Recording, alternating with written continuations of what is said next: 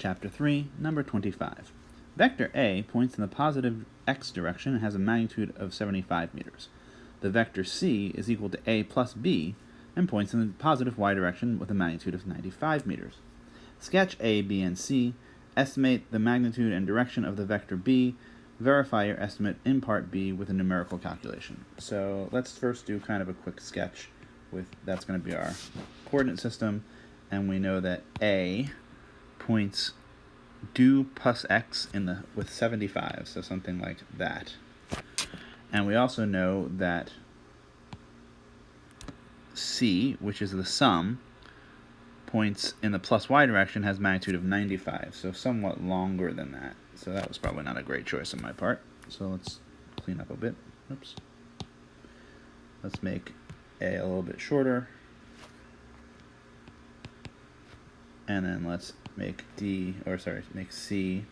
That would be about the same. That's a little bit longer. And then I need B to be such that A plus B is C. So it has to be that when I draw something tip to tail, A to B, that I would get C. So C, this would be the open endpoint for C, for the sum. And this would be the open arrowhead for C. So B has to be a thing that ends here but connects to A. So that would have to be something like that. And we asked for the magnitude and direction, somewhat more than 90. Maybe, I don't know, it looks like it's hard exactly to say. That if we look at sort of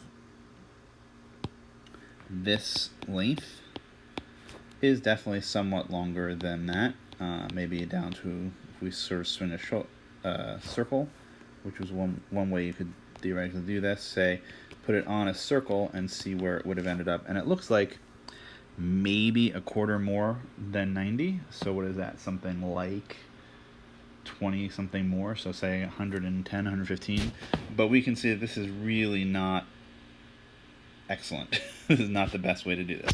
But what we can do is actually go back and do this sort of more exactly. And we can see, well, we have a right angle. They gave us that sort of by happenstance, or at least by design.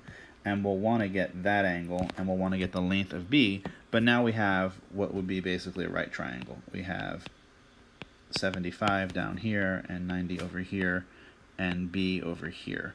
Now notice that 90 and 75 are not the components of B, although they're related to the components of B. But we can say from Pythagorean theorem that B squared would be 90 squared plus 75 squared, which implies that B is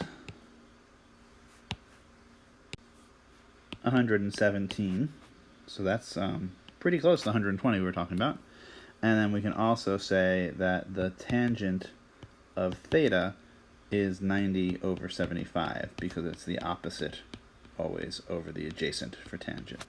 So that tells me that theta is the inverse tangent of 90 over 75, and our calculator gives us 50 degrees as the angle, which is sort of what we would have assumed, because 45 degrees would have had 75 on both sides, so it should have been a little bit more than 45, and it's 50, so not so bad.